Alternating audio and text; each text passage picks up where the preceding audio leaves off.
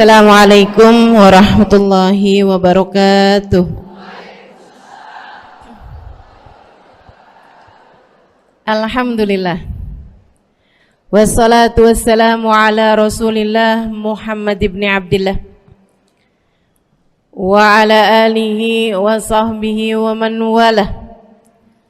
Subhanaka la ilma lana illa ma 'allamtana innaka antal alimul hakim. Rabbi shrah li sadri wa yassir li amri wahlul 'uqdatan min lisani yafqahu qawli. Amma ba'du. Bismillahirrahmanirrahim. Assalamualaikum Ustazah, saya izin bertanya, bagaimana hukum mengqadha puasa wajib di bulan Syawal? Apakah puasa sunnah Syawalnya dulu yang dikerjakan, atau mengqadha puasa wajibnya? Apakah boleh mengqadha puasa wajib sekalian dengan niat puasa sunnah Syawal? Ustazah mohon jawabannya dari Ustazah. Mudah-mudahan Ustazah selalu dalam hidup penuh barokah. Syukron Ustazah. Salam Riau. Oh, dari Riau nih ya, Dek Putri ini. Baik, jadi begini nih Putri, mengenai puasa sunnah di bulan Syawal yang kita ingin kerjakan dengan qadha puasa wajib kita selama bulan Ramadan ini. Selalunya teorinya sama, yang wajib didahulukan dari yang sunnah, gitu kan? Yang wajib itu harus didahulukan dari yang sunnah gitu. Nah, ngapain kamu punya pekerjaan, ngapain kamu ngerjain kerjaan sunnah kalau kamu yang wajibnya belum kamu kerjakan? Itu sama aja kayak ada orang bangun di waktu malam, dia belum sholat isya tapi udah tahajud gitu. Lah yang ngapain dia tahajud, orang isyanya aja belum gitu kan? Isya dulu baru kemudian kamu bisa ngerjain tahajud. Nah, terus bagaimana dengan orang yang punya puasa hutang nih? Punya hutang puasa Ramadan, sementara dia juga ingin menjalankan puasa 6 hari di bulan Syawal, yang kata Nabi Muhammad SAW, man sama Ramadan thumma atba'ahu bisittin min Syawal faka'annahu samad dahr. Siapa yang berpuasa Ramadan kemudian diiringi ditambahkan dengan 6 hari di bulan Syawal, maka seolah-olah dia telah menjalankan puasa selama 1 tahun penuh. Ini yang membuat ahli tarim itu kalau udah lebaran, itu lebarannya cuma sehari aja. Lebaran sehari di tanggal 1 Syawal, besoknya persis kayak bulan Ramadan lagi, hanya aja nggak ada taraweh. Itu aja bedanya. Sisanya tuh persis banget udah kayak bulan Ramadan lagi. Nggak ada orang jualan makanan di waktu siang, kemudian semua orang pada puasa gitu kan. Semuanya tuh selama 6 hari. Nah, nanti datang tanggal 8 gitu ya, tanggal 8 Syawal sudah selesai nih puasanya nih, 7 hari, hari ke-8 di bulan Syawal itu mereka baru tuh benar-benar menjalankan lebaran. Maksudnya puasanya benar-benar udah habis tuh kalau udah kayak begitu gitu. Nah, tapi kan kita nih kan nggak senegara ngerjain itu, jadinya juga memang sebaiknya ya kalau memungkinkan untuk dilaksanakan, silahkan laksanakan. Meskipun para ulama mengatakan tentang sit Syawal, 6 hari di bulan Syawal itu nggak harus berturut-turut dan nggak harus mulai dari tanggal 2. Artinya kalau misalnya kamu tanggal 5 atau kamu ambil Senin Kemisnya 6 hari di bulan Syawal, yang penting ada 6 hari di bulan Syawal, kamu udah dapat pahalanya seperti puasa setahun penuh tersebut. Begitu ya. Nah, jadi 6 hari puasa di bulan Syawal. Nah, masalahnya bagaimana dengan yang masih punya qadha puasa Ramadan nih? Ada 2 pendapat teman-teman sekalian. Bisa dilihat ini di dalam kitab I'anatul Talibin ala Syarhi Fathil Mu'in gitu ya, tentang 2 pendapat ulama ahli sunnah wal jamaah atau ulama Syafi'i ini ya, yang saya akan nukilkan pendapatnya ini ya. Jadi ini bukan menurut saya atau menurut siapa gitu kan, saya bukan seseorang yang dalam kapasitas itu teman-teman, dan lagi pula ngapain kita berpendapat jika memang sudah ada pendapat dari para ulama-ulama gitu ya. Nah, jadi ini bukan pendapat saya kan, tapi pendapat para ulama-ulama. Sebagaimana yang sudah saya sampaikan tadi, ini semuanya juga hanya mengulang dari apa yang sudah disampaikan oleh para ulama-ulama kita, oleh para guru-guru saya, para orang-orang yang memang sudah mempelajari agama secara benar, secara sempurna, disampaikan lagi dan saya mendengarnya, saya sampaikan kepada teman-teman semuanya. Bukan, nggak ada sesuatu yang baru yang saya sampaikan, semuanya hanyalah merupakan dari apa yang sudah disampaikan oleh para ulama-ulama yang saya mempelajari baik lewat kitab maupun langsung lewat lisan-lisan mereka dari merekanya sendiri mendengarkan dari telinga, kemudian disampaikan dengan telinga mereka dari lisan para ulama sebelumnya, terus sampai bersambung pada baginda Nabi besar Muhammad sallallahu alaihi wasallam.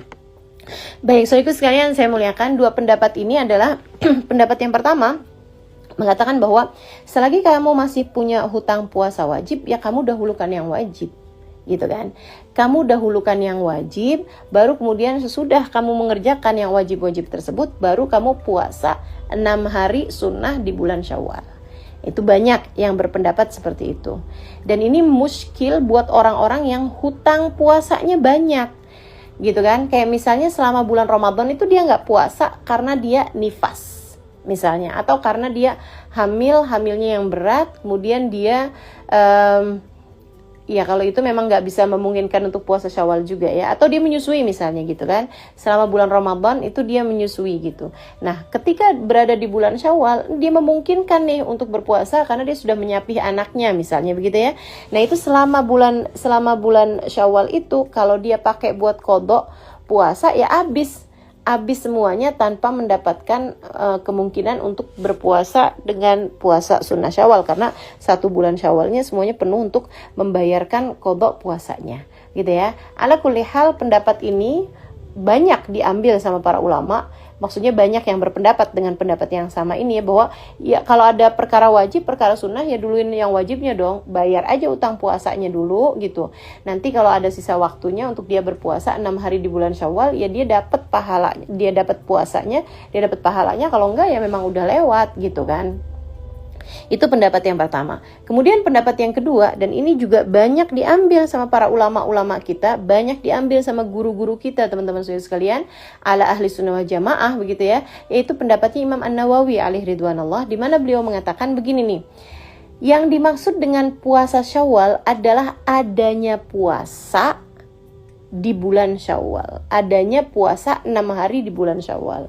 Sama dengan yang dimaksudkan dengan puasa Senin dan Kamis adalah adanya puasa di hari Senin dan hari Kamis.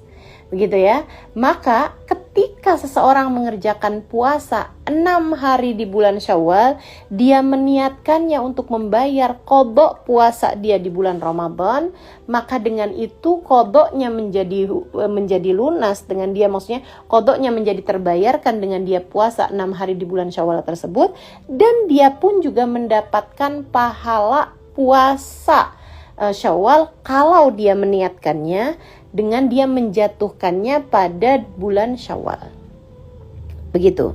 Artinya bahwa dia dapat tuh semuanya tuh. Dia dapat qadhanya, dia dapat bayar hutang puasanya. Gitu ya. Dia bayar hutang puasanya dapat, maksud saya, dan dia dapat juga pahala sunnah 6 hari di bulan Syawalnya. Dari pendapat yang seindah ini, seenak ini teman-teman saudaraku sekalian, saya mengambil maksudnya saya kalau melakukan puasa Syawal di bulan puasa 6 hari di bulan Syawal, saya meniatkannya untuk qadha gitu. Jadi saya niat malamnya itu nawaitu shoma ghadin an qadha fardhi syahri Ramadan gitu ya, an qadha fardhi syahri Ramadan wa an shaum Syawal wa an shaum sit min Syawal gitu ya. Jadi saya niatkan, ya Allah saya niat puasa besok hari, atau kamu bisa pakai bahasa Indonesia, ya Allah saya niatkan puasa besok untuk puasa qadha saya, dan juga untuk 6 hari di bulan Syawal, atau untuk melaksanakan salah satu puasa dari 6 hari di bulan Syawal, seperti itu gitu. Dengan cara itu kamu dapat dua-duanya gitu ya. Demikian pula untuk kamu kalau melaksanakan qadha puasa Ramadan kamu nih, misalnya kamu puasanya punyanya 10 hari qadha puasa, atau puasa kamu yang batal di bulan Ramadan karena kamu menstruasinya 9 hari tambah 1 harinya itu memang datang buka puasanya atau datang mensnya pada udah jelang-jelang puasa, jelang-jelang buka puasa gitu ya. Jadi kamu utangnya 10 hari misalnya gitu. Kamu udah puasanya nih, selesai nih di bulan Syawal 6 hari misalnya. Nah, sisa-sisanya nih yang 4 hari, kamu bisa qadhain entah di bulan Syawal, entah di bulan-bulan yang lainnya. Sengaja juga kamu taruhkan di hari-hari yang kamu sunnah berpuasanya, teman-teman. Kayak misalnya Senin, Kamis, misalnya Ayyamul Bid 13, 14, 15 misalnya gitu ya. Dengan cara seperti itu kamu dapat bayar hutang puasanya dan kamu juga dapat puasa sunnahnya atau pahala atau fadilah puasa sunnahnya karena kamu menjatuhkan puasa kamu tersebut pada hari-hari yang memang dimuliakan Allah Subhanahu wa taala untuk berpuasanya. Kata Nabi Ibrahim yang Allah tuliskan dalam Al-Qur'an, "Ya Allah, jangan kecewakan aku. Jangan buat aku susah pada hari di mana Engkau membangkitkan hamba-hambamu.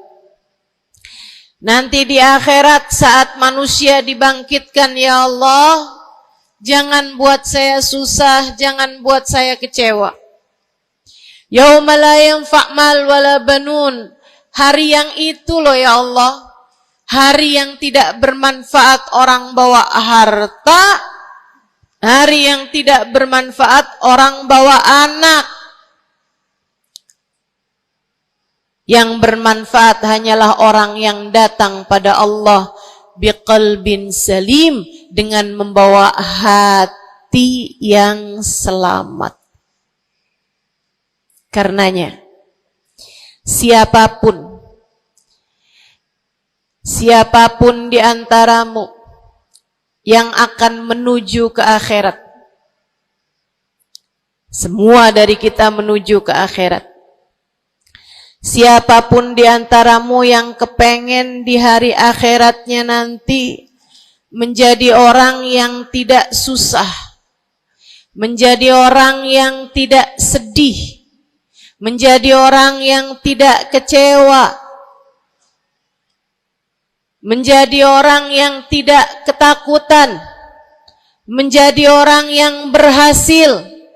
Siapa di antaramu yang kepengen di hari akhiratnya nanti berbahagia, bersukacita? Siapa yang kepengen di hari akhiratnya nanti bergembira? Pastikan saat-saat ini, saat hidupmu di dunia ini, pastikan kamu sedang menuju kepada keselamatan hati. Hatimu selamatkan. Hatimu selamatkan, teman-teman. Hatimu selamatkan.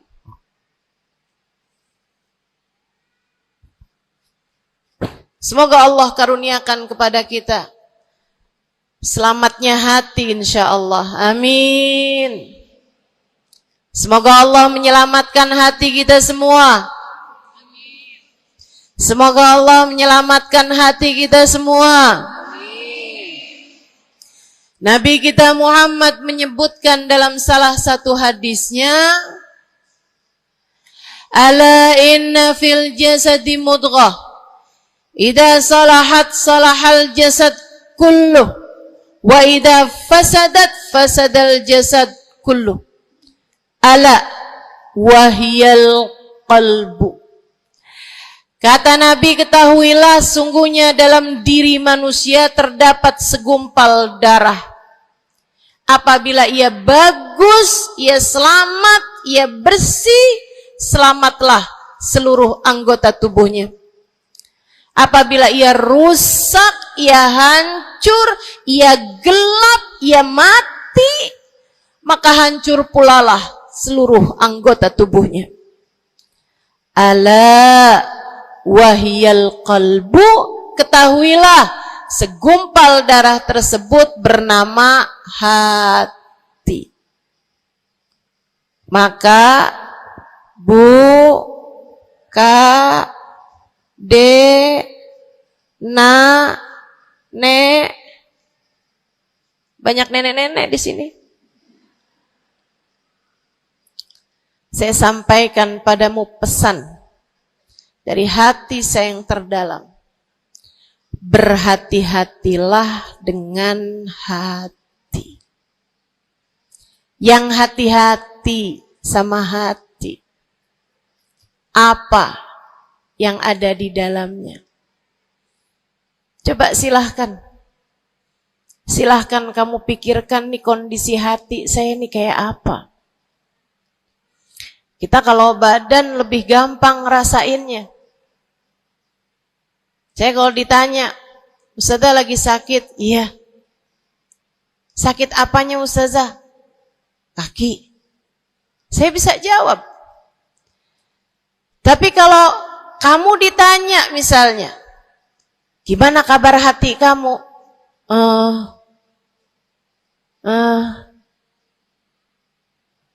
Gimana kabar hatimu?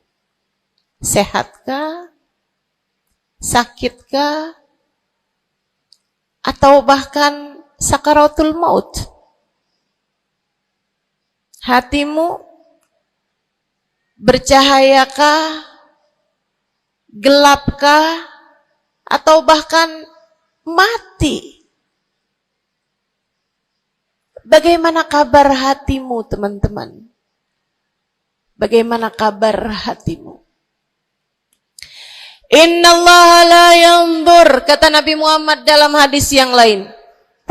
Innallaha la yanzur ila suwarikum wala ila absyarikum, walakin yanzur ila qulubikum.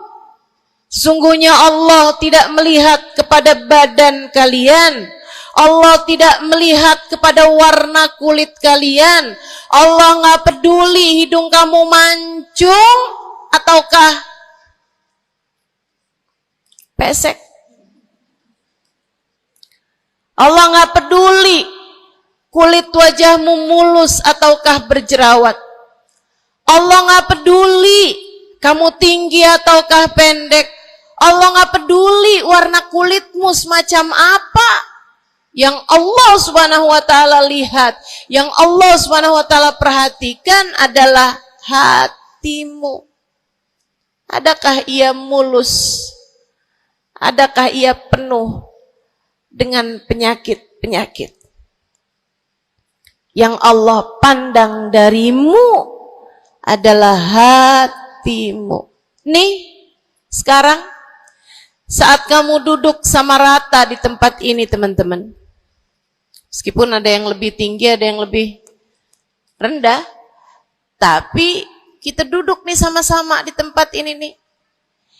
Nilaimu di mata Allah bukan seberapa dekat jarak antaramu dengan saya.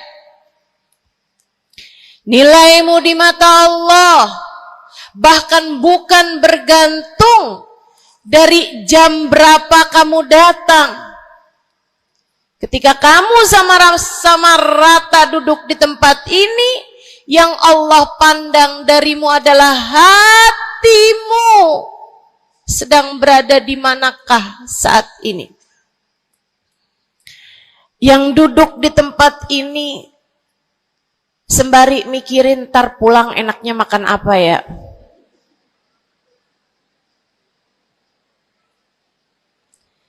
Yang duduk di tempat ini sambil mikirin, kok saya lapar ya? Iya, belum sarapan. Gara-gara buru-buru, takut nggak kedapatan tempat duduk. Gara-gara buru-buru, kepengen bisa lihat mukanya Ustazah Halimah yang viral.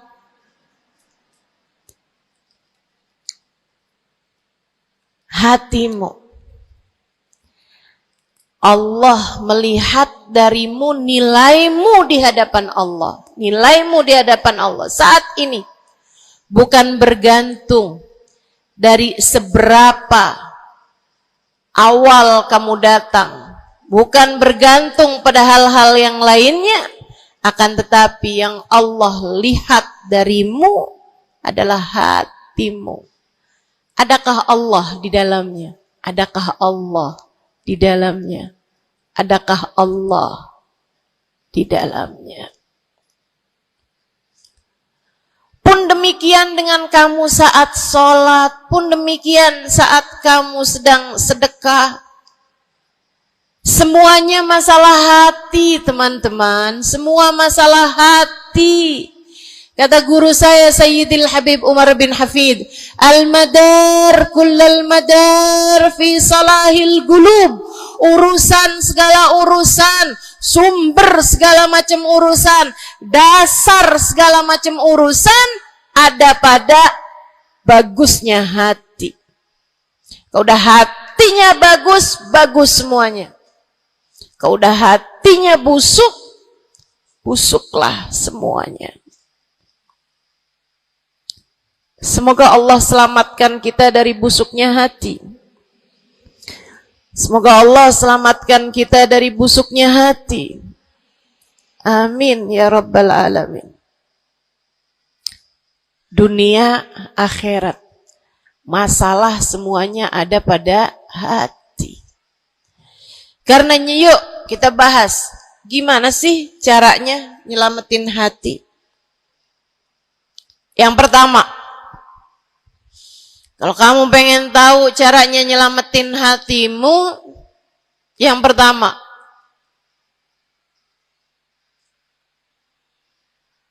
bersihkan sampah-sampahnya. Nih, kamu mau rumah itu biar bagus, biar terjaga, biar selamat. Kamu lihat dalamnya, oh banyak sampah, banyak noda, banyak kotoran. Dari mulai kotorannya cicak, ayam, sampai mungkin anjing, karena lama nggak ditempatin. Karena lama nggak ditempatin. Ada banyak di antara kita yang kondisi hatinya semacam itu. Sampah begitu banyak dalam hatinya. Ada banyak di antara kita umat Islam yang kondisi hatinya semacam itu. Begitu banyak sampah di dalam hatinya tersebut. Semoga Allah selamatkan semuanya. Amin. Maka hal pertama, kalau kamu kepengen punya hati yang selamat, yang nomor satu adalah bersihkan hatimu dari semua sampahnya, keluarin. Apa sampahnya hati? Dosa-dosa yang telah kamu lakukan. Idza aznabal abd nakat fi qalbihi nuqtah sauda. Kata baginda kita Nabi besar Muhammad, idza aznabal abd, ketika seorang hamba mengerjakan dosa, tertorehlah di dalam hatinya satu titik hitam. Sampahnya hati. Kamu tiap kali bikin dosa, dosa apa aja? Bukan hanya dosa besar, zina, bukan hanya dosa besar, minum minuman keras atau narkoba, bukan hanya dosa besar, judi atau riba, bukan hanya dosa-dosa besar. Kalau itu titik hitam yang sangat besar tertoreh di dalam hatimu itu. Bahkan dosa-dosa kecil, sekedar marah-marah sama suami, atau ngambil uang suami. Gimana? Pernah? Rezeki istri solehah ustazah. Lagi mau nyuci, kelihatan, alhamdulillah. Emang haram ya ustazah? Ya haram, bukan punya kamu. Kan katanya ada hak istri dalam harta suami. Iya betul kalau dia kasih. Kalau dia kasih, kalau nggak kasih, nggak halal juga. Bahkan dosa-dosa kecil, seperti melihat tetangga, terus kamu bilang, ya ampun, cakep banget ya. Nyesel saya nggak kawin sama dia.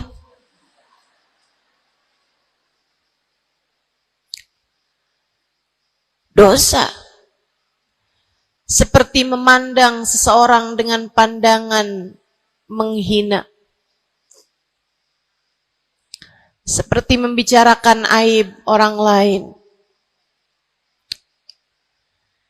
Setiap kali kamu berbuat dosa, apapun bentuk dosanya, satu titik hitam tertoreh di dalam hatimu itu. Ini istighfar wa tab. Musih. Kalau dia beristighfar, kalau dia bertaubat, dihapuslah titik hitam tersebut. Wa illa, kalau enggak, ya tetap aja ada. Kamu bikin dosa lagi, bikin dosa lagi, bikin dosa lagi, bikin dosa lagi. Enggak pernah istighfar, enggak pernah memperbaiki diri. Aurat tidak kamu tutup dengan baik. Sehingga akhirnya setiap kali kamu keluar dilihat oleh laki-laki yang bukan mahrammu. Satu titik hitam, satu titik hitam, satu titik hitam. Sampai terkadang hati seseorang dipenuhi dengan titik-titik hitam. Hatinya menjadi legam. Hatinya menjadi penuh dengan titik-titik hitam. Semakin bertambah lagi, semakin bertambah lagi, jadilah karat. Jadilah karat. Kalau udah jadi karat, na'udzubillah. Ini yang Allah sebutkan di dalam Al-Quran.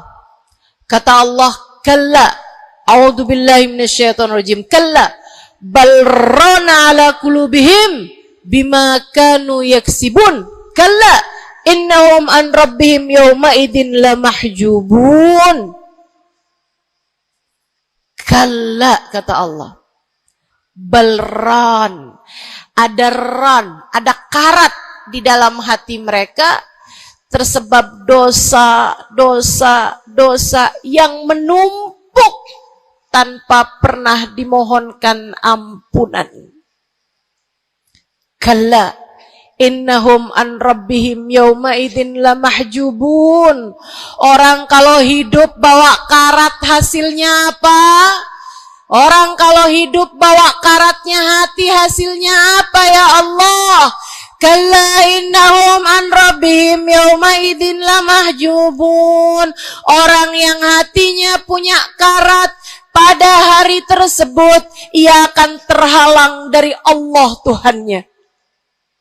Guru saya Sayyidil Habib Umar bin Hafid menyampaikan tafsir mengenai ayat ini. Kata Habib Umar bin Hafid, tidak mati dengan membawa iman. Orang yang hatinya penuh dengan karat, apabila datang ajal menjemput, iman terkeluar, tercerabut dari dalam hatinya, hingga ia pun mati, keluar dari atas muka bumi ini dengan tanpa membawa iman Islam. Dia keluar dari atas muka bumi ini bukan sebagai hamba Allah, bukan sebagai umat Nabi besar Muhammad sallallahu alaihi wa ala alihi wasallam. Dia meninggal dunia dalam keadaan su'ul khatimah. Na'udzubillah min dzalik. Jangan biarkan karat memenuhi hatimu. Jangan biarkan hatimu dosa-dosa yang telah kamu lakukan menjadi berkarat dalam hatimu itu. Saya kesian sama kamu. Nggak apa-apa. Hidup terus-terusan ngontrak, nggak apa-apa. Hidup nggak pernah punya kendaraan sendiri, nggak apa-apa. Nggak pernah punya HP yang canggih, nggak apa-apa. Saya hidup di atas muka bumi ini, nggak pernah ada yang datang melamar saya. Jadinya sampai di usia di atas 30-an tahun, saya masih menjomblo Ustazah. Nggak apa-apa. Ustazah, saya udah menikah 10 tahun belum ada anak juga Ustazah. Nggak apa-apa. Ustazah, suami saya kawin lagi Ustazah. Nggak apa-apa.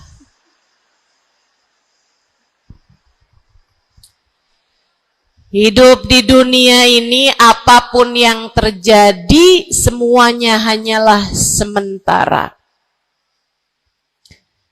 Kamu hanya perlu memastikan agar tatkala datang ajal menjemput kamu punya modal. Dan modal utamanya yang nomor 1 adalah hati yang bersih. Hati yang selamat. Kamu bawa pulang menghadap Allah Subhanahu wa taala bigalbin salim. Kamu bawa hati yang selamat. Insya Allah. Mati nggak bawa suami nggak apa-apa. Mati nggak bawa anak nggak apa-apa. Nggak bakalan jadi pertanyaan malaikat raqib atid. Tapi mati harus dengan membawa hati yang selamat. Mudah-mudahan Allah karuniakan.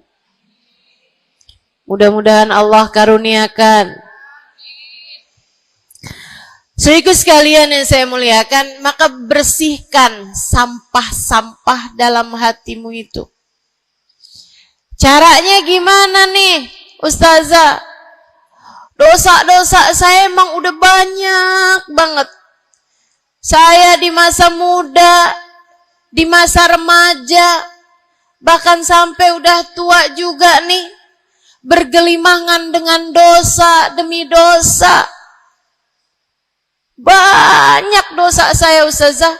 Saya zaman muda berada dalam masa jahiliyah. Dosa, segala dosa saya kerjakan. Apa yang harus saya lakukan? Bersihkan karat-karat dalam hatimu itu dengan taubat. Minta ampun sama Allah. Minta ampun sama Allah. Kamu perlu nangis sama Allah. Kamu perlu sungguh-sungguh minta ampunan sama Allah.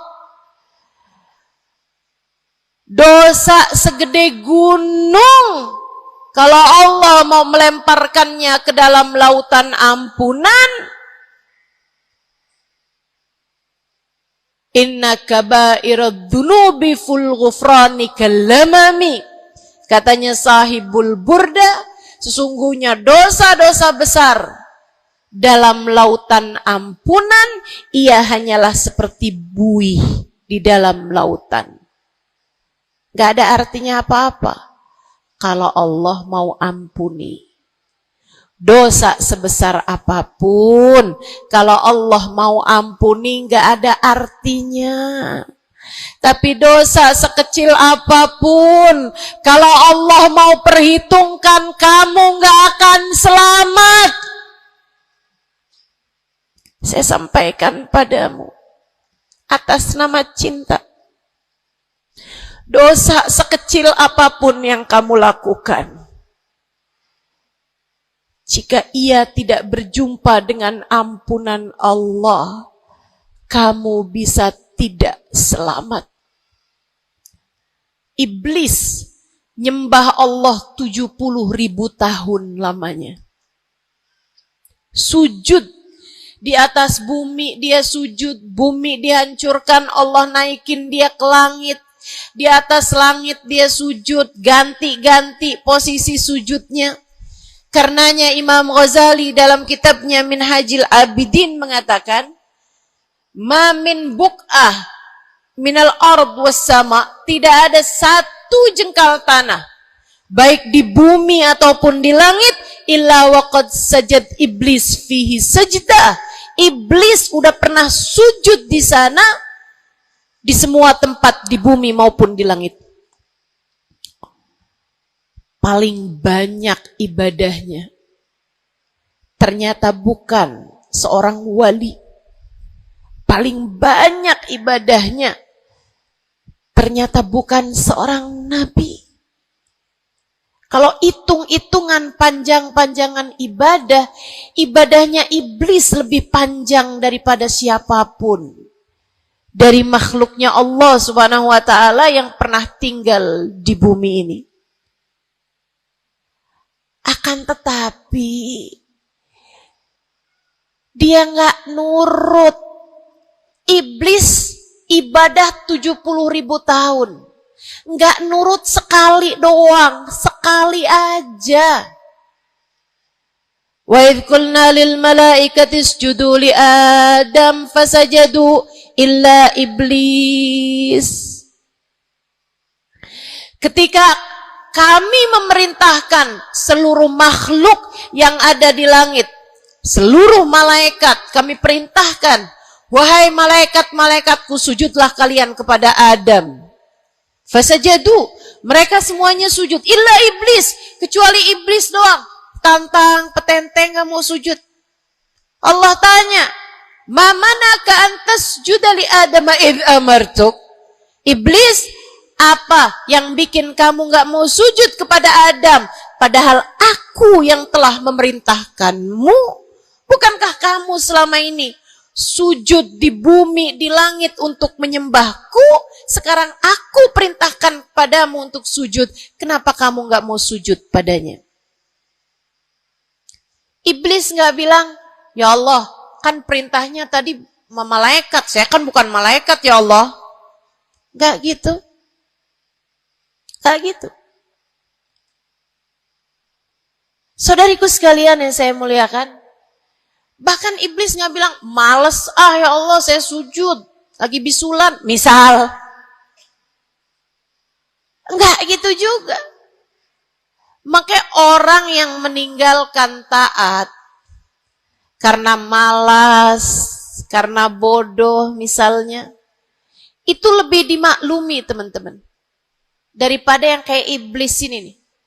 Ketika ditanya apa yang membuatmu gak mau sujud, wahai iblis, kepada Adam, iblis dengan pongahnya, dengan sombongnya mengatakan, ana khairun minhu, saya lebih baik daripada Adam. Khalaqtani min nar wa khalaqtahu min tin. Saya berasal dari api, sementara Adam berasal dari tanah. Tanah diinjak-injak ya Allah, sementara api begitu hebatnya. Fahbit minha fa innaka rajim. Kata Allah, kita yang taat sama dosa sama-sama baik.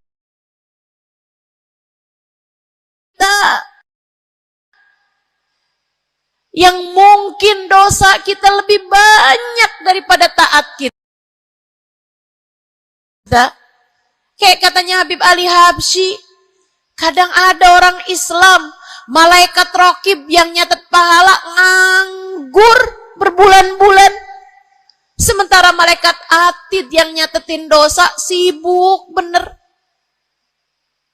Gimana dengan kita? Iblis hanya satu saja melanggar aturan Allah. Allah kemudian mewahyukan padanya, keluar kamu wahai iblis dari surgaku, sesungguhnya kamu terkutuk. Kamu, kalau Allah mau memperhitungkan satu saja dosa kamu, kamu gak akan selamat. Saya sampaikan padamu, iya kamu, semua yang dengerin saya. Kalau Allah mau memperhitungkan satu saja dosamu, kamu gak akan selamat. Kamu tidak akan selamat. Tapi kan saya anaknya Fulan bin Fulan. Tapi kan saya keturunannya Fulan bin Fulan. Tapi kan saya istrinya Fulan bin Fulan. Bu, Kak, Dek, Nak, nggak selamat siapapun kamu. Anaknya Nabi Nuh, nabinya Allah tenggelam. Pamannya Nabi Muhammad, paman baginda kita Nabi besar Muhammad, Abu Lahab, Allah tuliskan kehancurannya, kecelakaannya, kebinasaannya di dalam Al-Quran. Mau siapa yang kamu andalkan? Tapi kan saya udah banyak bikin taat. Saya tiap malam bangun tahajud. Kamu nggak nyampe seujung kukunya ibadah iblis. 70.000 tahun. 70.000 tahun. Sujud pada Allah SWT di tiap jengkal tanah. Nih tanah yang sekarang kita jejak ini pernah dibikin sujud sama iblis. Waktu iblis tinggal di atas muka bumi ini. Tapi semuanya nggak manfaat. Kalau Allah mau memperhitungkan satu saja dosa hambanya, ia tidak akan selamat. Sebab Allah hanya mau menerima hati yang tidak ada sampah di dalamnya. Sebab hanya berkenan menerima hati yang tidak ada noda-noda di dalamnya. Sampah hatimu bersihkan. Dosa-dosamu taubati. Mintalah ampun kepada Allah. Mintalah ampun kepada Allah. Bangunlah di waktu malam, mandilah dengan mandi taubat. Saat-saat mandimu kamu bilang dalam hatimu, ya Allah, sebagaimana air membersihkanku dari segala kotoran-kotoran di badanku, ya Allah, bersihkanlah dosa-dosaku dengan hujan ampunanmu.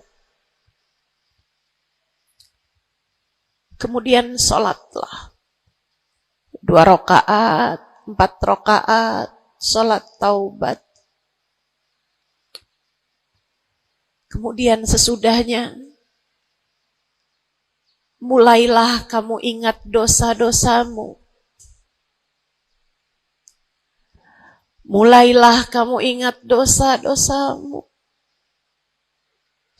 Dari sejak kamu balik sampai sekarang ini.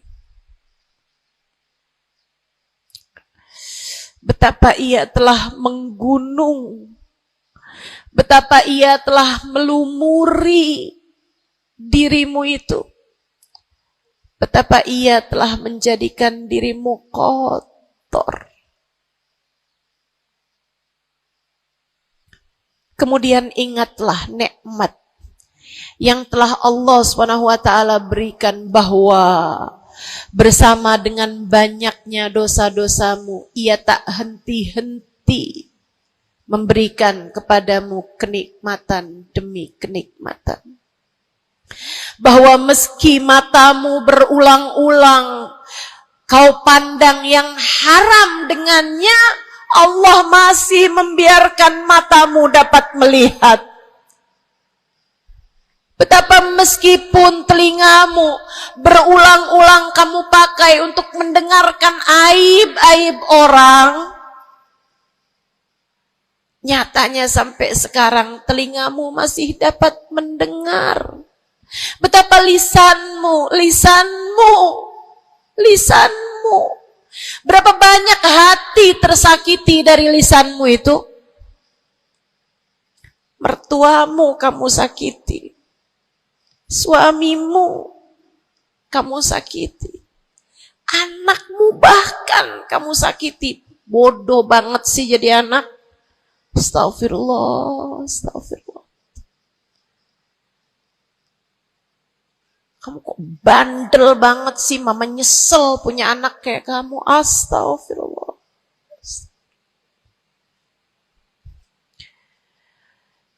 Betapa lisanmu menyakiti hati tetanggamu, saudara-saudarimu, sahabat-sahabatmu, orang-orang di sekelilingmu, merasakan gangguan dari lisanmu itu, tersakiti dari lisanmu itu.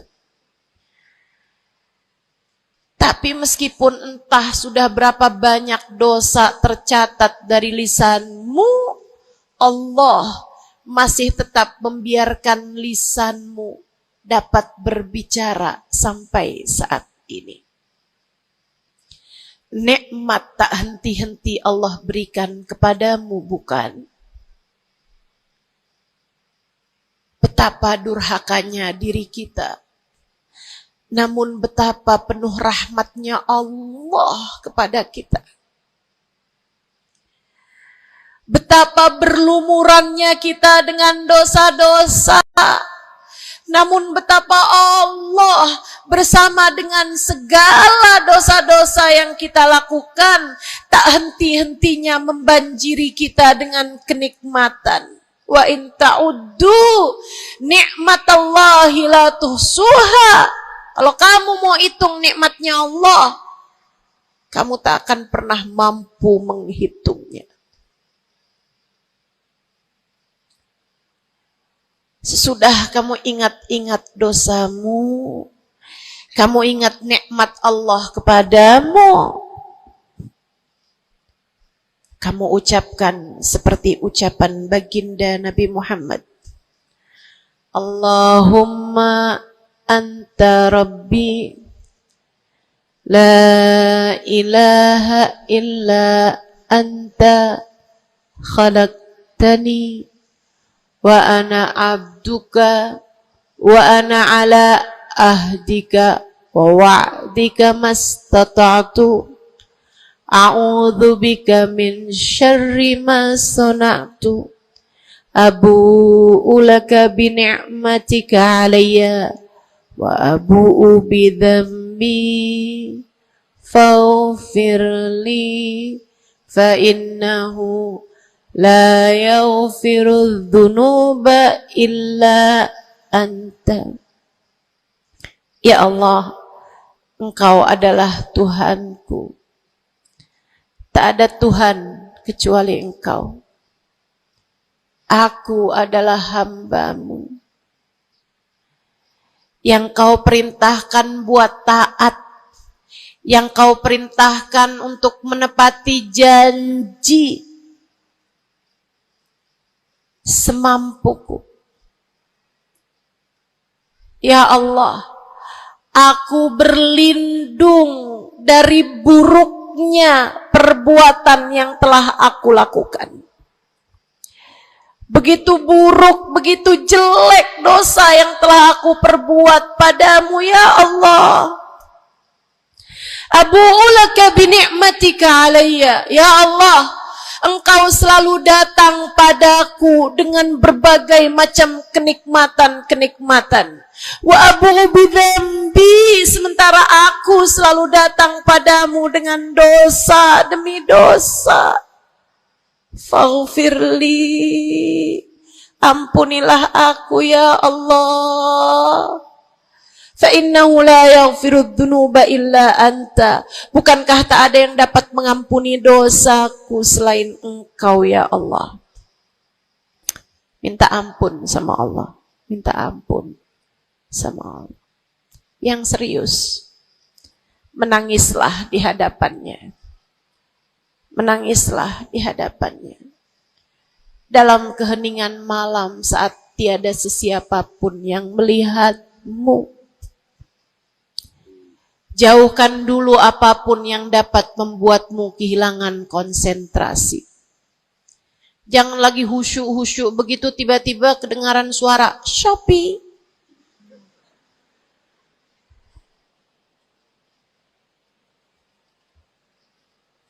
Kamu langsung jadi hilang konsentrasi. Yang mana nih ya?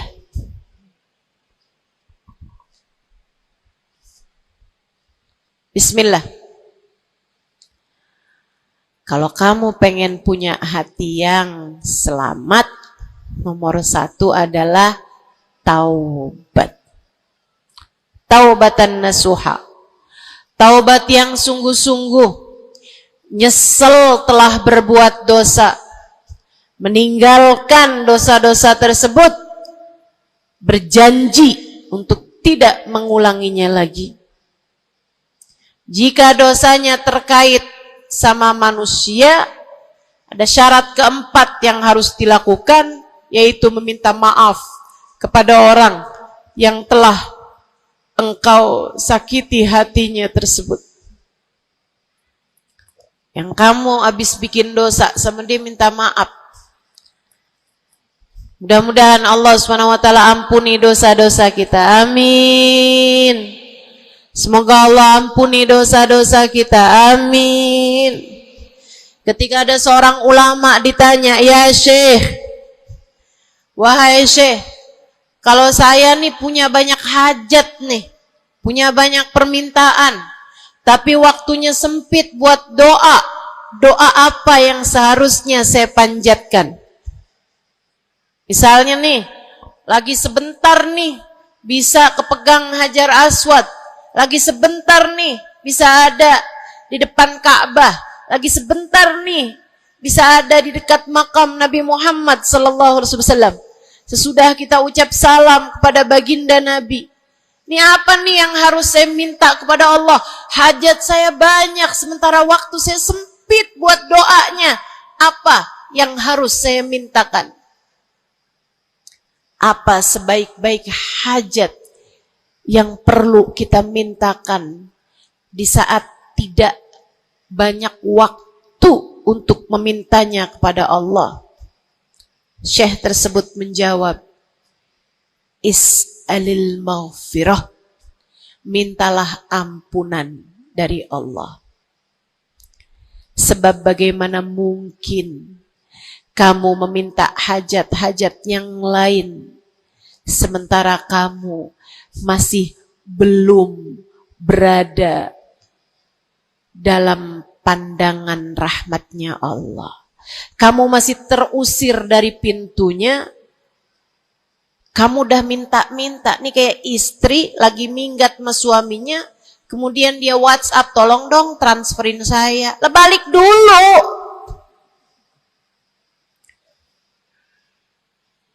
Baru minta. Tiap kita ngerjain dosa adalah tiap langkahan kita menjauh dari Allah Subhanahu wa ta'ala. Tiap kali kamu mengerjakan dosa adalah langkahan-langkahanmu menjauh dari Allah Subhanahu wa ta'ala. Karenanya mendekat dulu, masuk dulu, Allah bukain pintu dulu, baru deh silahkan minta yang lainnya. Kalau sempit waktumu, mintalah ampunan dari Allah Subhanahu wa ta'ala. Ini kan kerjaan kita nih suka salah-salah kalau doa. Giliran lagi ada hujan nih, wah doa mustajab, langsung. Ya Allah jodoh ya Allah. Yang cakep, yang ganteng, yang kaya, yang setia, yang soleh, banyak bener. Padahal kalau ngelihat dirinya kagak ada pantes-pantesnya. Kalau kamu pengen jodoh yang soleh, solehahkan dulu dirimu itu.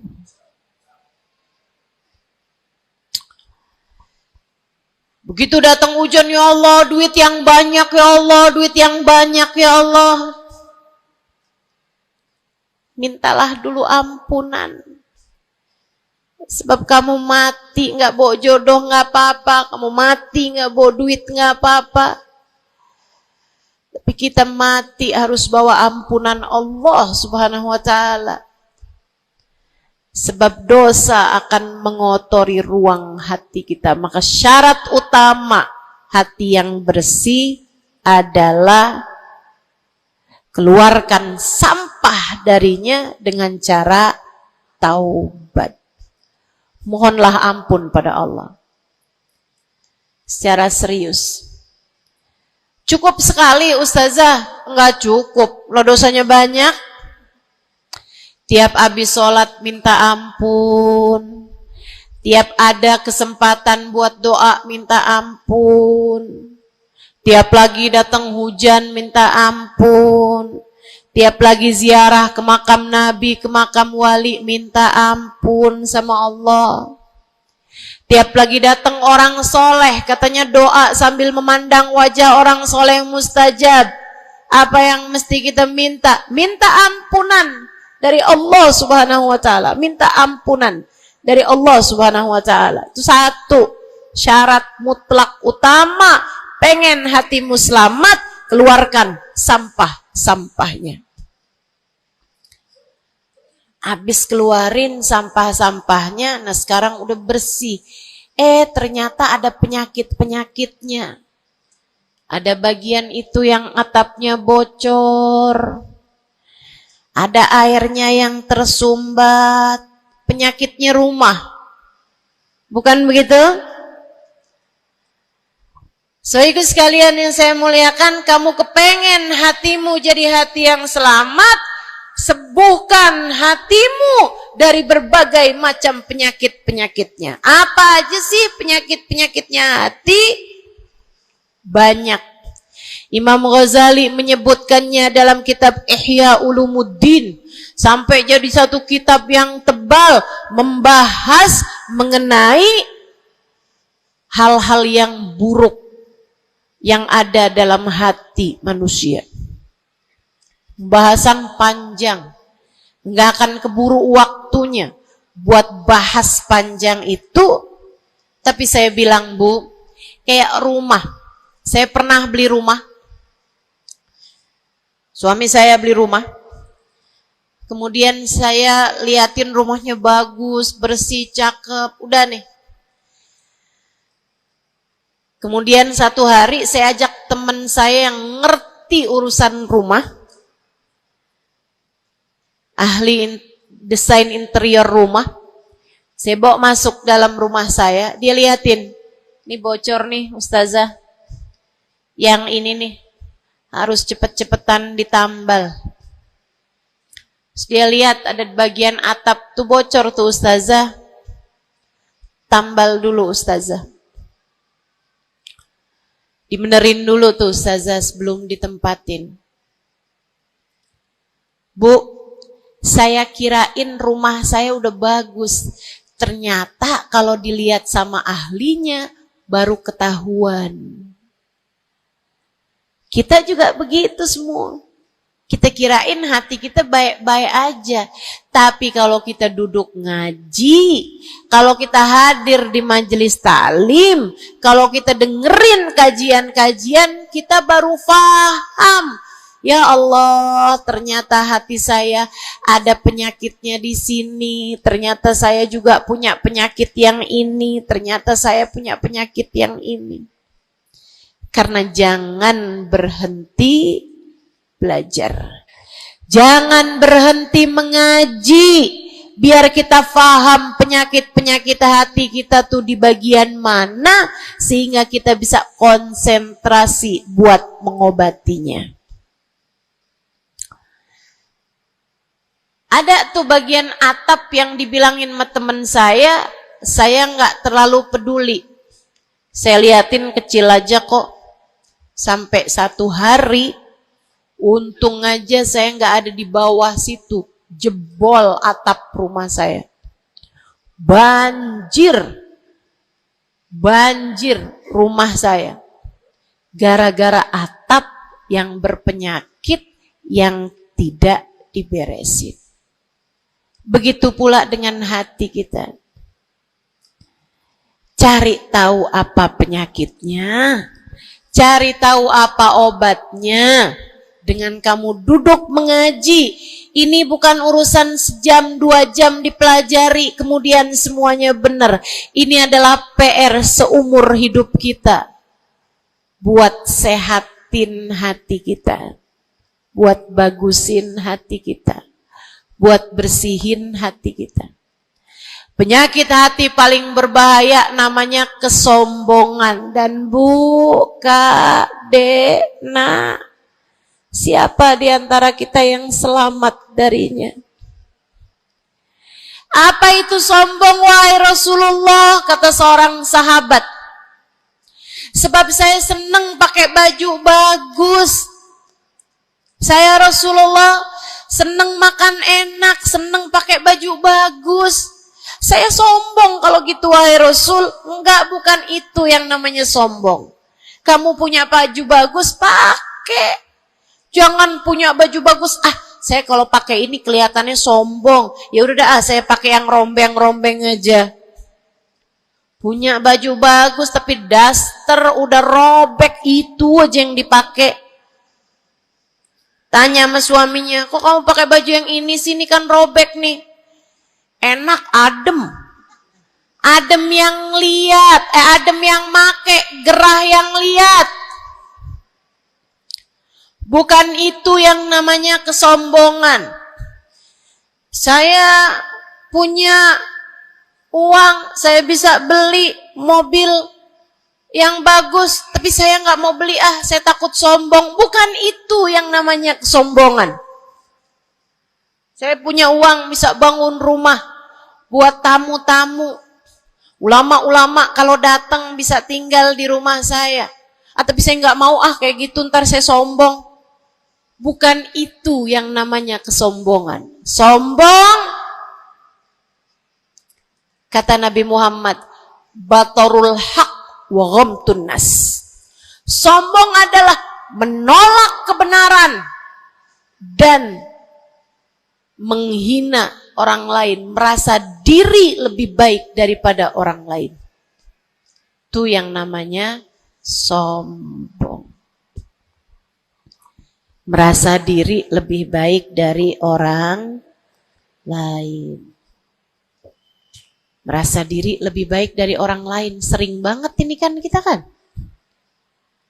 Betul? Dulu-dulu belum pakai jilbab.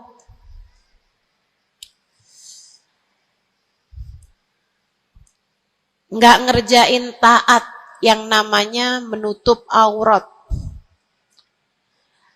Habis itu kemudian pergi majelis, hadir kajian pakai jilbab, rapi banget. Bahkan tumpuk-tumpuk. Ustadzanya pakai jilbab 1 lapis, dia pakai 3 lapis.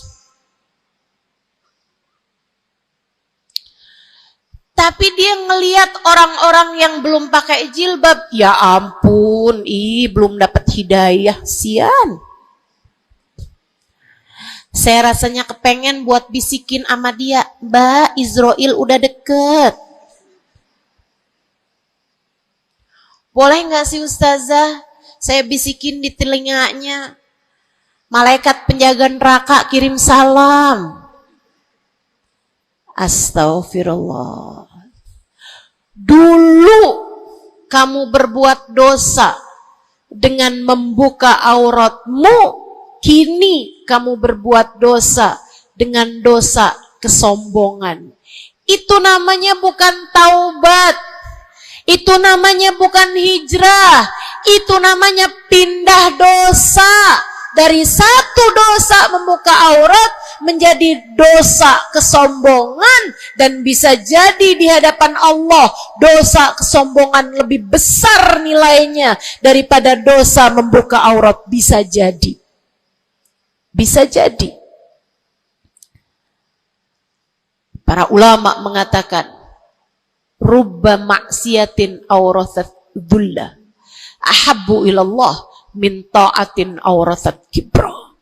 Terkadang kemaksiatan yang melahirkan rasa rendah diri di hadapan Allah lebih Allah sukai daripada ketaatan yang melahirkan kesombongan. Hati-hati. Hati-hati sama hati.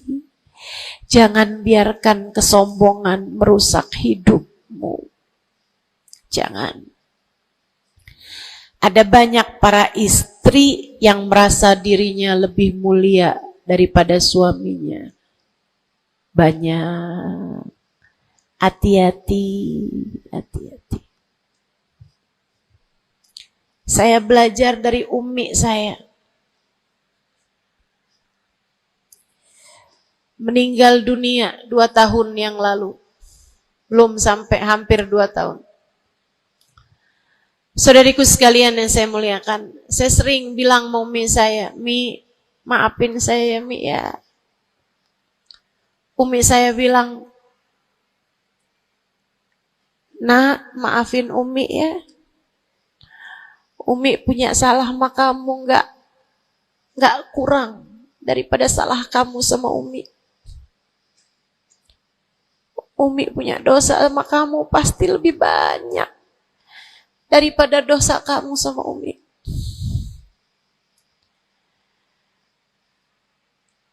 Itu rasa yang jarang dimiliki para ibu. Seringnya ibu tuh merasa selalu lebih baik daripada anaknya. Seringnya ibu tuh merasa dia nggak punya salah, dia nggak punya dosa. Yang punya dosa banyak tuh anaknya kepada dirinya, bukan begitu? Ayo minta maaf dulu sama ibu. Ayo minta maaf dulu. Kan seringnya bilang gitu sama anak-anak kita. Kamu tuh nak, ibu ini adalah ibumu, surgamu berada di bawah telapak kakiku. Waduh. Betul, al-jannah tahta aqdamil ummahat. Tapi ucapan kamu yang semacam itu kesombongan. Yakin bakal masuk surga? Yakin? Yakin bakal masuk surga, Bu? Para ibu yang suka bilang surgamu anakku berada di bawah telapak kaki ibumu, yakin kamu bakal masuk surga? Hah?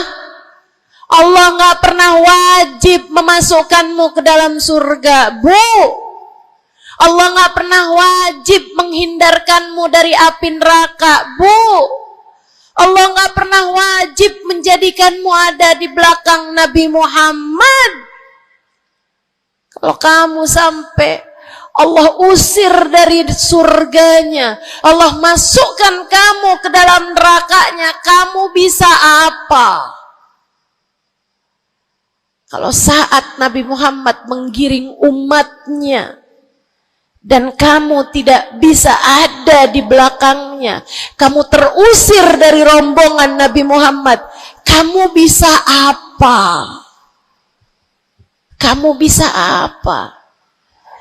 Nilaimu yang sesungguhnya nanti di akhirat kelihatannya. Nilaimu yang sesungguhnya nanti di akhirat kelihatannya. Jadi kalau kamu mau sombong tar di akhirat, kalau sampai kamu bisa masuk ke dalam surga Allah, kalau kamu sampai berada di barisan-barisan terdepan dalam rombongan Nabi besar Muhammad, kalau kamu bisa makan dari buah-buahan surga, kalau kamu ada saat kamu mengucap salam kepada baginda Nabi Muhammad, matamu bisa memandang indah wajahnya, telingamu bisa mendengar indah suaranya, lisanmu bisa mengucapkan salam langsung di hadapannya, silahkan membusungkan dada pada saat itu. Silahkan, mau ngerasa diri kamu lebih baik daripada ahli-ahli neraka, silahkan.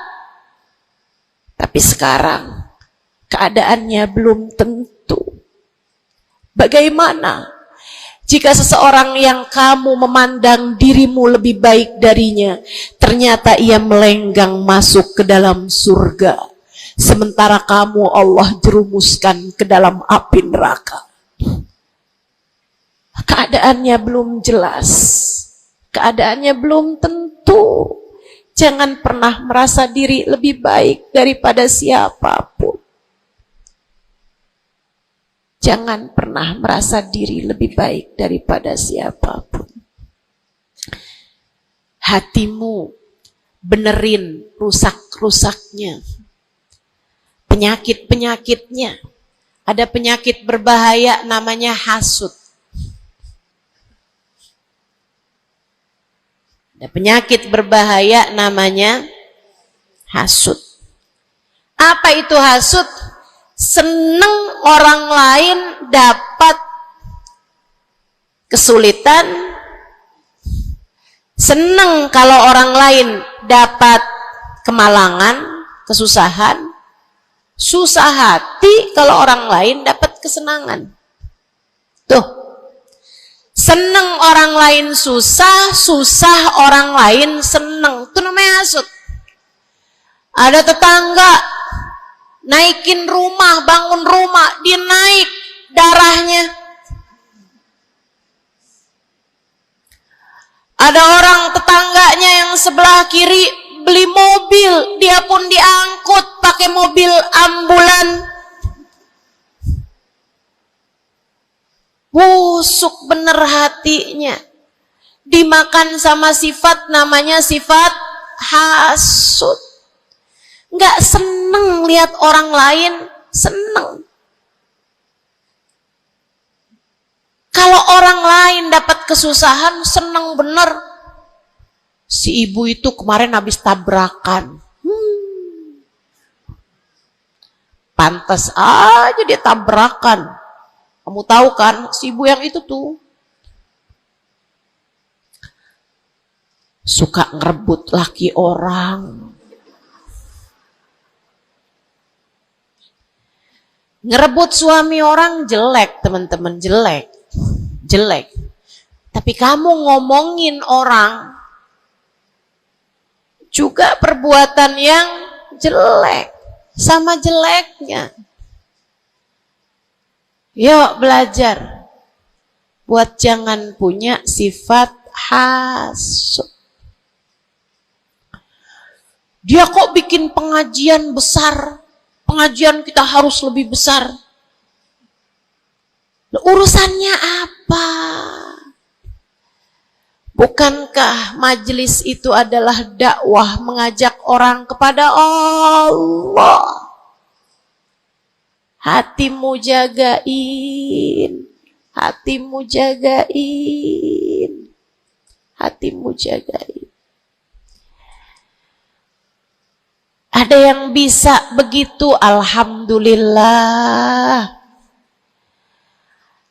Ada ustazah yang lebih pandai darimu, alhamdulillah. Minta doa, ambil ilmunya. Bukan malah dihasutin. Hati-hati, hati-hati. Jangan sampai hasutmu membawamu kepada terusir dari rahmatnya Allah. Kayak Bal'am bin Ba'ur. Ada zamannya Nabi Musa, teman-teman sekalian. Namanya Bal'am bin Ba'ur. Ilmunya tinggi. Sampai kabarnya, jamaahnya juga banyak. Semua orang dengerin kajiannya. Ini saya serem nih. Ini saya serem nih. So ikut sekalian nih, ngeri banget nih. Ini buat orang kayak saya nih, ngeri banget nih pembahasan ini nih. Ada orang berilmu, pinter banget, namanya Bal'am bin Ba'ur, zamannya Nabi Allah Musa. Jamaahnya banyak, kalau dia hadir kajian, semua orang di kampungnya hadir semuanya. Imam Ghazali cerita, dia sampai-sampai dari berilmunya, ilmunya tingginya, Allah kasih sama dia ilmu yang tinggi. Kalau dia ada dapat pertanyaan yang dia nggak tahu jawabannya, dia doa bisa lihat jawabannya langsung dari Lauhil Mahfuz. Kurang pinter apa? Kurang berilmu apa? Kurang hebat apa? Kurang dekat apa sama Allah? Kamu jadi ustazah, berapa banyak ilmumu? Kamu jadi seorang pendakwah, berapa banyak ilmumu? Kamu yang dianggap sebagai ulama, berapa banyak ilmumu? Merunduk Saudariku sekalian yang saya muliakan, si Bal'am bin Ba'ur, kabarnya sampai para malaikat turun ikut serta mencatat pelajaran-pelajaran yang dia berikan. Yang ngaji sampai bukan cuman orang, bukan cuman jin ikut ngaji, sampai malaikat-malaikat Allah ikut ngaji. Kurang apa hebatnya? Tapi Allah hancurkan Bal'am karena sifat hasud. Nabi Allah Musa datang ke kampungnya Bal'am bin Ba'ur. Jamaahnya Bal'am bin Ba'ur semua datang kepada Nabi Musa. Nabinya Allah, tentu saja semua datang. Semuanya datang kepada Nabi Musa. Semua minta doa kepada Nabi Musa. Semua berharap berkah dari Nabi Musa sebagai seorang nabinya Allah Subhanahu wa ta'ala. Jalla jalaluhu wa ta'alat azamatuh. Yang biasa hadir di majelisnya Bal'am kepengen istiqomah. Kepengen rutinannya nggak terganggu, jadi dia tetap bikin rutinan walaupun ada Nabi Allah Musa alaihissalam. Jamaahnya dikit yang hadir, mulai nih orang-orang yang berpenyakit datanglah kepada Bal'am bin Ba'ur. Rupanya Bal'am bin seorang nabinya Allah. Dia nggak lihat Nabi Musa sebagai seorang yang diberi kelebihan lebih banyak daripada dirinya karena diwahyukan wahyu kepadanya. Bal'am bin Ba'ur termakan sifat hasud. Ia pun berdoa meminta kepada Allah, ya Allah hancurkanlah Musa. Ya Allah, hancurkanlah Musa. Hancurkanlah Musa ya Allah. Saudaraku sekalian yang saya muliakan, Allah angkat semua kelebihannya Bal'am bin Ba'ur. Bahkan kabarnya dialah orang ateis pertama di atas muka bumi ini yang mengatakan alam semesta enggak ada Tuhannya. Ngeri. Allah cabut bahkan iman dari dalam hatinya Bal'am bin Ba'ur. Iman Allah cabut. Dari yang asalnya berilmu kayak begitu, Allah sampai cabut imannya, teman-teman saudaraku sekalian. Allah pun ceritakan tentang Bal'am bin Ba'ur dalam Al-Quran. Kata Allah Subhanahu wa ta'ala, A'udzu billahi minasyaitonir rajim. Famathaluhu kamathalil kalbi in tahmil alaihi yalhath au tatrukhu yalhath. Perumpamaannya Bal'am bin Ba'ur seperti anjing. Kalau kamu angkat, dia menjulur-julurkan lidahnya. Kalau kamu tinggalkan, dia pun juga tetap menjulur-julurkan lidahnya. Dianjing-anjingin, bukan sama orang, sama Allah Subhanahu wa ta'ala. Lihat betapa Allah Subhanahu wa ta'ala kalau murka sama seseorang nggak tanggung-tanggung. Siapapun kamu, kalau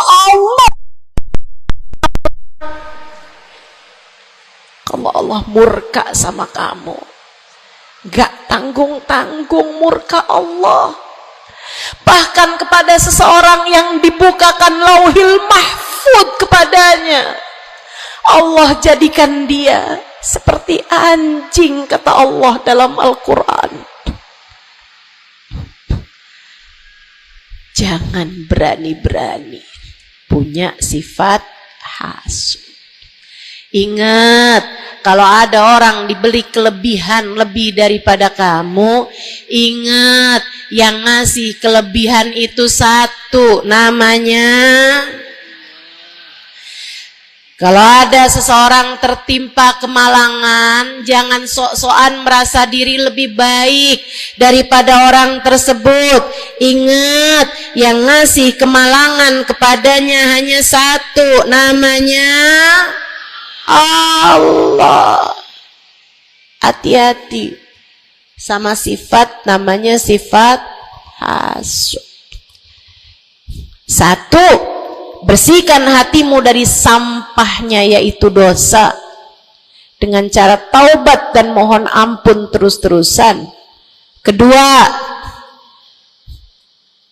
benerin rusak-rusaknya hatimu, penyakit-penyakitnya hatimu, yang terutamanya adalah sifat sombong dan sifat hasud. Hatimu belajar untuk tidak membenci siapapun. Hatimu belajar buat gak benci sama siapapun. Yang terakhir, kalau kepengen hatimu selamat, hiasi. Kalau rumah nih, udah sampahnya udah bersih, rusak-rusaknya udah dibenerin, udah direnovasi, sekarang tinggal yang terakhir. Apa itu? Hias-hiasi rumahmu. Pasangin horden, pasangin lampu yang bagus, pasangin lantai yang bagus, ditaruhin dekorasi-dekorasi, pajangan-pajangan kamu taruh-taruh, ada sofa, ada tempat tidur, dihias-hiasi rumahnya. Dicat rumahmu itu dengan warna-warna yang cocok. Kan begitu? Hiasi hatimu dengan cinta. Hiasi hatimu dengan cinta. Hatimu ada cinta kepada yang semestinya dicinta. Siapa? Nomor satu Allah, nomor dua, nomor tiga, cintai apapun dan siapapun pada cintanya Allah dan Rasulnya. Cintai ulama karena mereka adalah pewaris para nabi. Cintai habaib dan syaraif karena mereka adalah orang-orang yang punya nasab sambung sama baginda Nabi besar Muhammad sallallahu alaihi wasallam. Cintai keluarga Nabi Muhammad, cintai para istri-istri Nabi Muhammad, cintai para sahabat-sahabat Nabi Muhammad, terutamanya al-khulafaur rasyidin, sadatina Abi Bakar wa Umar wa Uthman wa Ali. Cintai para sahabat Nabi Muhammad, cintai para ulama-ulama kita di sepanjang zaman, cintai Imam Syafi'i, Imam Maliki, Imam Hambali, Imam Hanafi. Cintai para ulama-ulama kita dari atas sampai kepada ulama-ulama kita yang sekarang ada. Cintai siapapun yang bawa Nabi Muhammad, bawa Allah, yang bikin kamu jadi kenal Allah, kenal Nabi Muhammad. Cintai. Pada cinta mereka terdapat cintanya Allah. Cintai anak-anak yatim sebab mereka dicintai sama Nabi Muhammad. Cintai orang-orang fakir karena mereka dicintai sama Nabi Muhammad. Cintai suamimu sebab kalau kamu cintai suamimu ya, bukan suami orang. Punya suami nggak dicintai, suami orang dia cintai. Astaghfirullah. Cintai suamimu, Bu, sebab dalam cintamu kepadanya mendekatkanmu kepada cintanya Nabi Muhammad, mendekatkanmu kepada cintanya Allah. Kamu sayangi, kamu hormati, kamu muliakan suamimu, Allah ridho kepadamu, Nabi Muhammad sayang kepadamu. Cintai orang tuamu sebab Allah memesankan kepada kita untuk cinta kepada orang tua kita. Cintai anak-anakmu sebab mereka umatnya Nabi Muhammad. Mereka umatnya Nabi Muhammad. Nabi Muhammad sangat sayang sama umatnya yang masih kecil-kecil. kecil. Nabi Muhammad sangat sayang sama umatnya yang masih belia, masih remaja. Mereka disayangi sama Nabi Muhammad, maka kamu pun harus sayang sama mereka. Yang tua-tua di antaramu sayangin, yang muda-muda di antaramu sayangi. Kata Nabi Muhammad, laisa minna man lam yuqir kabirona wa lam yarham saghirona. Tidak termasuk di antara umat Islam yang enggak hormat sama yang tua, yang enggak sayang sama yang muda. Cintai semuanya. Terakhir, cintai dirimu. Sebab kamu umat Nabi Muhammad. Cintai dirimu. Sebab kamu hambanya Allah. Jangan merasa diri nggak berharga. Dirimu berharga.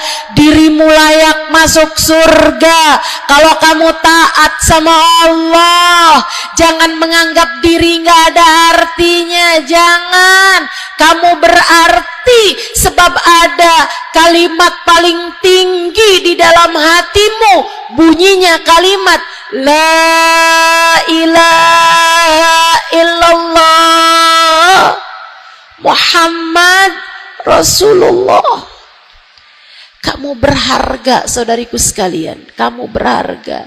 Jangan mau menghinakan dirimu dengan kemaksiatan. Jangan mau menghinakan dirimu dengan merebut suami orang. Jangan mau menghinakan dirimu dengan berharap uang. Kemudian kamu meminta-minta kepada orang. Kamu mengemis-ngemis kepada orang. Kamu umat Nabi Muhammad. Kamu hamba Allah Subhanahu wa ta'ala. Kalimat indah ada di dalam hatimu. Jangan hinakan dirimu itu. Mari terhormat, jalanin sholat, jangan pernah tinggal. Mari terhormat, tutup auratmu, jangan dibuka-buka. Mari terhormat, cintai dirimu, bangun di waktu malam, sholat malam, angkat tangan, minta kepada Allah. Mari terhormat, baca sholawat sebelum tidur. Wahai Rasulullah, saya adalah umatmu, berharap akan dapat masuk surga di belakangmu ya Rasulullah. Mari cintai dirimu sebagai hamba Allah, sebagai umat Nabi Muhammad. Insya Allah. 3 hal itu jika kamu lakukan, bersihkan hati dari dosa-dosa, sembuhkan penyakitnya hati yang ada dalam dirimu. Kemudian yang terakhirnya, hiasi hatimu dengan cinta dan kasih sayang kepada siapapun yang ada di atas muka bumi ini. Sayangi aja semuanya, cintai aja semuanya, sebab dalam cinta kepada semuanya terdapat cintanya Allah dan Rasulnya. Saya sakit, tapi saya tetap datang ke Pontianak karena saya sayang, karena saya cinta sama orang-orang Pontianak. Bukan karena Pontianaknya, tapi karena yang berkumpul di sini adalah umatnya Nabi Muhammad. Saya berharap dengan saya datang padamu, umatnya Nabi Muhammad, semoga Nabi kalian berkenan memandang saya dengan kasih sayangnya. Saya datang ke sini walaupun sakit, karena saya tahu kalian semua hambanya Allah. Ada keberkahan dalam diri kalian yang saya berharap mendapatkan itu. Saya berharap dengan saya datang padamu, Allah Tuhanmu berkenan merahmati saya sebagai hambanya.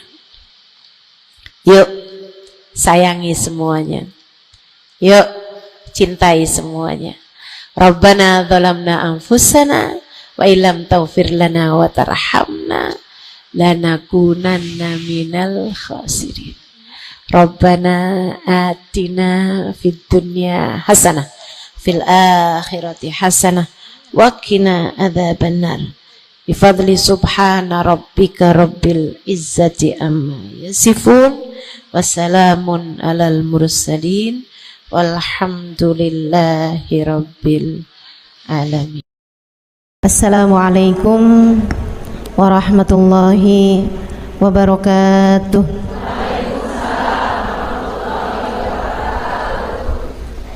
Alhamdulillah.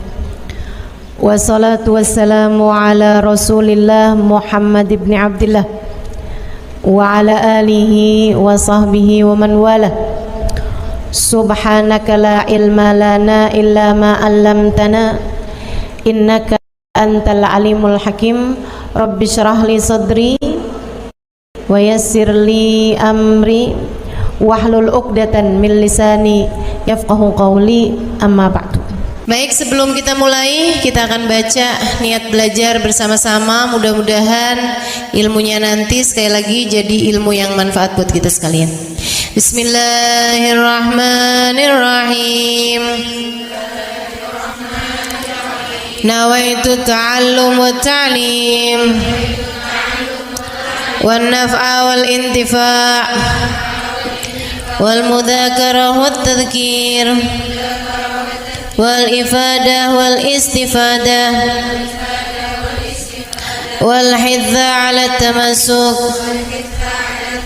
bi kitabillah wa sunnati rasulillah sallallahu alaihi wa alihi wasallam wa du'a ilal huda والدلالة على الخير ابتغاء مرضاته وقربه وثوابه وحسن الخاتمة مع اللطف والعافية وصلاح العاقبة برحمتك يا أرحم الراحمين. إلى حضرة النبي محمد صلى الله عليه وسلم وآله وصحبه وأزواجه وذريته وأهل بيته وسلم وجميع الأنبياء والمرسلين والملائكة أجمعين أن الله يغفر لهم ويرحمهم ويعلي درجاتهم في الجنة وينفعنا ببركاتهم وأسرارهم وأنوارهم وعلومهم ونفعاتهم في الدين والدنيا والآخرة. Al-Fatihah, baca bersama-sama. A'udzu billahi minasyaitonir rajim. Bismillahirrahmanirrahim. Alhamdulillahi rabbil alamin. Ar-Rahmanir Rahim. Maliki yaumiddin. Iyyaka na'budu wa iyyaka nasta'in. Ihdinas siratal mustaqim. Siratal ladzina an'amta 'alaihim ghairil maghdubi 'alaihim waladdallin. Amin. Taqabbalallah minna wa minkum, taqabbal ya karim. Warraghbah fid dunya, sementara rakus ambisi terhadap dunia, tukatsirul ham, bikin banyak sumpah, wal hazan, dan bikin banyak kesedihan. Bikin sedih badan kita, bikin sedih hati kita, bikin sumpek dan bikin akhirnya jadi berpenyakit ya badan kita ini. Ar-raghbah fid dunya. Wal batalah, sementara batalah, kalau di situ diartiin apa batalah? Nganggur ya, benar. Cuman bahasa yang enak apa ya? Tugasil galba, lalai dari Allah, maksudnya ya nggak kepengen dunia juga, nggak kepengen akhirat juga gitu, kayak gabut. Anak zaman sekarang bahasanya gabut ya. Gabut itu apa sih sebenarnya? Nggak ada kerjaan gitu kan? Itu kayak ada singkatan nggak butuh gitu kali ya dari itu ya. Nggak ngapa-ngapain gitu, pengangguran aja gitu, nggak jelas. Wal batalah tuh terlena, nganggur gitu kan, tidur mulu gitu, luntang lantung. Ada orang luntang lantung gitu kan, dibilang luntang lantung, dibilang lantung luntang. Tugasil galba, bikin keras hati, bikin keras hati. Nganggur tuh penyakit bahaya, memang bahaya. Wa qala alaihi salatu wassalam, dan bersabda pula baginda Nabi besar Muhammad, naja awwalu hadhil umma bizuhdi wal yaqin. Awal umat ini terselamatkan dengan zuhud wal yakin, dan dengan keyakinan yang kuat. Wasayahlik akhiruha bil hirsi wa tulil amal, dan akan hancur akhirnya umat ini, akan hancur disebabkan hirs, ambisi terhadap dunia, wa tulil amal, dan panjang angan-angan. Wa ma warada minal ayati wal akhbar wal athar fi dammid dunya wa dammil muhibbina laha warraghibina fiha wa dammil hirsi 'alaiha kharijun anil hasr.